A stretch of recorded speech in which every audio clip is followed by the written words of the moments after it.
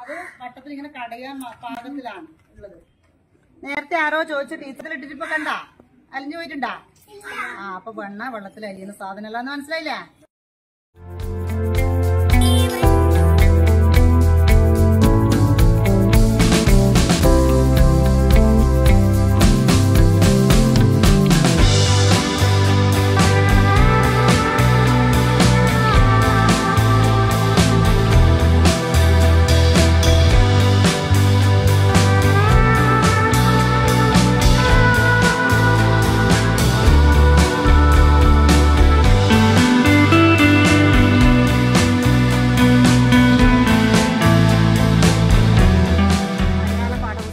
ഒന്നാമത്തെ പാഠമാണ് ചെറുശ്ശേരിയുടെ കൃഷ്ണഗാഥയിലുള്ള വെണ്ണക്കണ്ണൻ എന്നുള്ള പാഠം.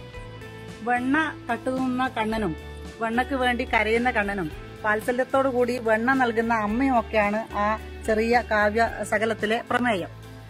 പക്ഷെ നമ്മൾ ഓരോ കൊല്ലം കഴിയും തോറും ഈ വെണ്ണയും തൈര് കടയുന്നതൊക്കെ കണ്ടുവരുന്ന കുട്ടികൾ വളരെ അപൂർവമാണ്. ഇപ്പൊ ഈ വർഷത്തെ ക്ലാസ്സിൽ ഒറ്റ കുട്ടി പോലും വെണ്ണ കണ്ടിട്ടില്ല എന്നുള്ള ഒരു തിരിച്ചറിവിന്റെ വെളിച്ചത്തിലാണ് സ്കൂളിൽ തന്നെ കൊണ്ടുവന്ന് തൈര് കൊണ്ടുവന്ന് കടകോല് കൊണ്ടുവന്ന് വെണ്ണ കടഞ്ഞെടുത്ത് കുട്ടികളെ കാണിക്കാന്നുള്ള ഒരു ആശയം നമ്മൾ കൊണ്ടുവന്നത്. അപ്പോൾ സ്കൂളിലെ എല്ലാവരും ഇതുമായിട്ട് സഹകരിച്ചു.